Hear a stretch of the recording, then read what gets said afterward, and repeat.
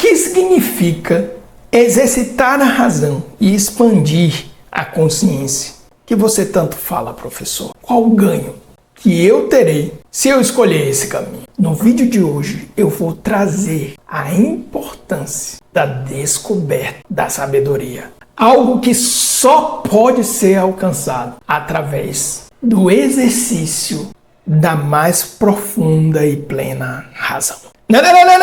Não é racionalizar, é a razão que busca e encontra a sabedoria. O vídeo tá imperdível. Não para o vídeo.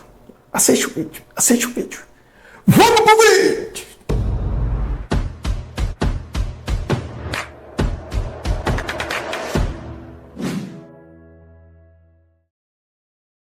Então agora nós vamos para a nossa quarta parte, que é a razão como um caminho para a sabedoria. A razão como um caminho para a sabedoria. O que significa buscar a sabedoria? E aqui eu vou começar essa parte contando uma história real, né? Aconteceu recentemente na minha filha, Isabela. A gente estava na igreja, né? Na missa. E aí ela chegou e falou assim: pai, como é que eu posso saber que o que a gente acredita em Deus, como é que eu posso saber que isso é verdade? Deus existe mesmo? Como é que eu posso saber que isso não é uma mentira? Aí eu olhei para ela, sorri e disse: ele existe, filha. Ele existe. Aí ela chegou e olhou para mim e disse: pai, desculpa. Desculpa por te fazer essa pergunta. Eu disse: não peça desculpa. Eu ri e estava na missa. E eu conversando no meio da missa, né? Teve que levar a bronca do padre. Eu disse: essas suas dúvidas e essas suas perguntas são perguntas próprias de grandes filósofos dentro da igreja. São Tomás de Aquino, por exemplo, aos 6 anos, reza a lenda que ele chegou lá, o prior lá da ordem, que ele frequentava, né, disse: quem é Deus? Deus existe? Aí eu disse para ela: então não tenha medo disso. Deus é a verdade, minha filha. E se você na sua dúvida o buscar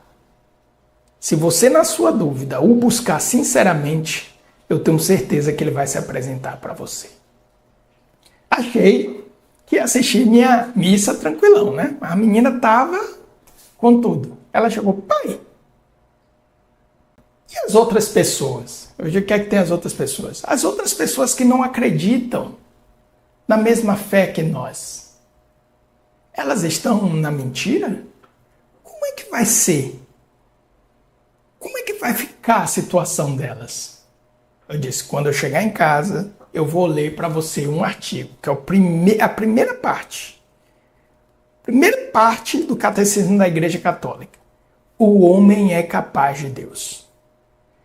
Toda busca pela sabedoria e pela verdade, de forma sincera, Deus irá se apresentar para esse homem. De alguma forma, eu acredito nisso. Ela: tá certo. E aí, voltamos para a celebração, mas tiveram umas outras perguntas lá, porque também não vou ficar aqui trazendo todas as perguntas que a Isabela fez para mim. Mas o ponto essencial é como isso me alegra. Porque ela está buscando a dúvida.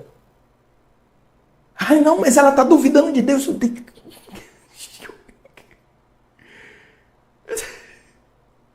Não, mas meu filho não duvida não, ele acredita. Que nem acredita em Papai Noel, né? Não é isso. Isso é outro movimento.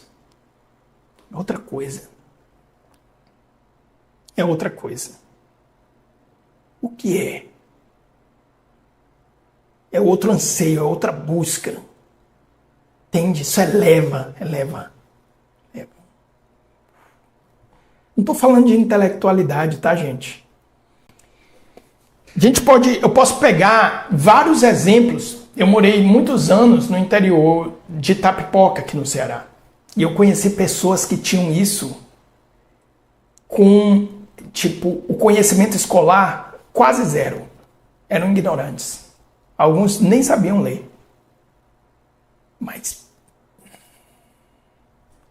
é claro que a alfabetização e a leitura e o vocabulário ajudam. Mas não é o único elemento. Não é o único elemento. Claro que a leitura é de longe, a melhor prática.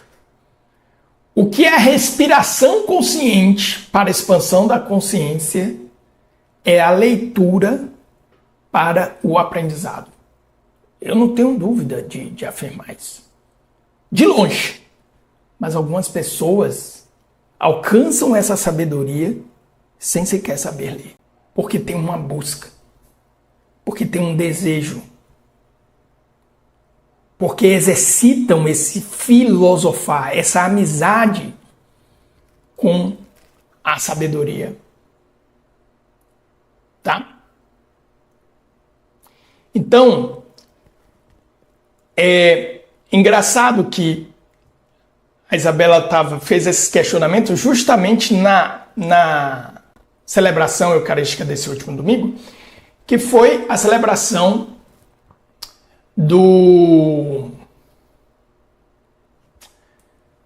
da Santíssima Trindade, né? E olha a primeira leitura. De novo, eu tenho muito cuidado de trazer textos bíblicos aqui. Porque primeiro está roubado pra caramba. Existe uma autoridade em qualquer texto religioso. Ainda mais quando é o texto bíblico, considerando que eu sou cristão, católico, então aqui eu estou me apoderando de uma autoridade. Então, de novo, eu estou trazendo isso numa perspectiva de um professor curioso. Se eu estiver cometendo algum erro de exegese, de doutrina, aí você vai de acordo com o seu líder religioso aí, tá? Tudo bem? Mas é um olhar curioso, uma leitura curiosa. Olha o que diz esse texto. São 2 trechos da primeira leitura. Fala o seguinte, ó. Fala sobre a sabedoria. A sabedoria falando sobre si mesma. É no livro de Provérbios. Peguei o versículo 22, 23 e o versículo 30 a 31. Diz assim: O Senhor me possuiu como primícia de seus caminhos. Antes de suas obras mais antigas, desde a eternidade eu fui constituída. Desde o princípio, antes das origens da terra, eu estava ao seu lado como mestre de obras. Eu era seu encanto, dia após dia, brincando, todo o tempo em sua presença, brincando na superfície da terra e alegrando-me em estar com os filhos dos homens. Nossa, esse texto meu Deus do céu. Então a sabedoria, ela está desde a origem. O Senhor me possuiu como primícia de seus caminhos, desde o princípio. Essa sabedoria, que está desde o princípio, possuída pelo próprio Deus, é a segunda pessoa da Trindade na perspectiva cristã. É o Verbo. No princípio era o Verbo. E ele era Deus e ele estava com Deus. Sem ele nada foi feito. Você percebe isso? Olha a profundidade disso. Tira aqui o contexto religioso. No princípio era o Logos. A razão, a palavra, a razão, a sabedoria. Concebida como primícia dos caminhos do próprio Deus. Desde a eternidade. Então está fora do espaço-tempo essa sabedoria. Por isso que o entendimento humano nunca poderá. Isso deve ser contemplado mais do que entendido. Entendido para ser contemplado. Isso ultrapassa o entendimento do homem, mas pode ser contemplado por ele. E o que é que me garante isso? Me garante isso aqui, ó. Estava ao seu lado como médico. Eu era o seu encanto. Dia após dia brincando. Parece uma criança. O filho, né? O filho brincando. Todo o tempo em sua presença. Todo o tempo em... Nossa, esse texto é muito profundo. Bom, enfim, deixa eu, senão eu fico já viajando aqui.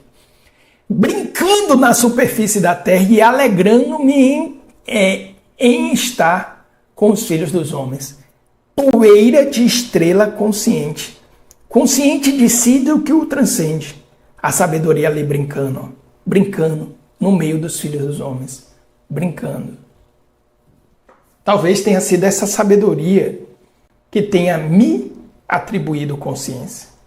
Talvez tenha sido essa sabedoria que tenha te atribuído consciência. Talvez não, foi.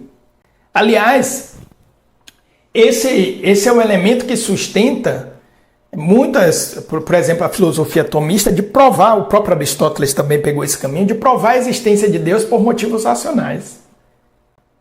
Então Deus tem que ter uma fonte dessa consciência. Né? Esse texto fala, eu estava brincando, alegrando-me no meio dos filhos dos homens. Descobrir, desvendar esse mistério de quem eu sou, da minha própria natureza, a verdade da minha própria natureza. Poeira de estrela, consciente de mim do que me transcende. Porra, de onde é que veio isso?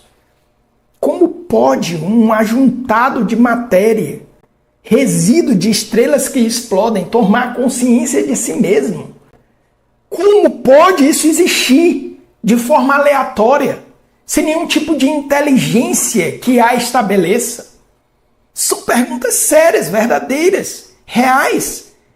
Isso está para além de uma religiosidade impensada, seguida por instinto de pertencimento. Ó, de novo, eu posso viver a religião de forma banal e instintiva. Até algo que deve nos elevar a estados de iluminação, de elevação, pode ser vivida de forma banal e instintiva. Percebe? Então isso é muito mais do que mera religião. É um exercício realmente de ampliação de intelecto, de razão, de exercício, de filosofar, de expansão de consciência. De onde é que vem isso? Talvez tenha uma sabedoria aqui, ó, brincando e se alegrando entre os filhos dos homens. Desvendar essa verdade sobre mim e sobre o que me transcende, essa é a grande aventura. Perdemos isso. E se nós perdemos isso, o que é que vai nos restar? Responder aos apelos instintivos e emocionais mais banais e objetivos da nossa realidade. Então, eu não terei nenhuma consequência. Se estiver com raiva, eu não terei nenhuma consequência. Se tiver, por exemplo, excitado por uma outra pessoa de outro sexo, ou do mesmo sexo, ou seja o que for, eu não terei nenhuma consequência. Se tiver algo que eu possa fazer para me trazer um ganho imediato, não me importa. Nada me importa. A não ser a satisfação imediata dos apelos instintivos e emocionais mais básicos e imediatos também. Eu não tenho nenhuma perspectiva de crescimento, de evolução, de desenvolvimento. Acabou tudo. Acabou tudo. Eu vou sucumbir num imediatismo que nada constrói. Ou então eu vou sucumbir numa priorização de segurança onde nada, em nenhum momento, eu vou me arriscar por nada. Ou eu vou permanecer em um estado de maior comodidade possível, ainda que aquilo esteja me gerando uma profunda insatisfação comigo mesmo. Porque eu estou sendo governado pelos princípios mais básicos e instintivos da minha mente. Ou seja, eu estou governado por Mara, na perspectiva budista. Ou seja, eu estou sendo governado pelas concupiscências, que também é a mentalidade do mundo na perspectiva cristã. Não há nenhum crescimento e desenvolvimento assim. Nenhum. Não há nenhum bem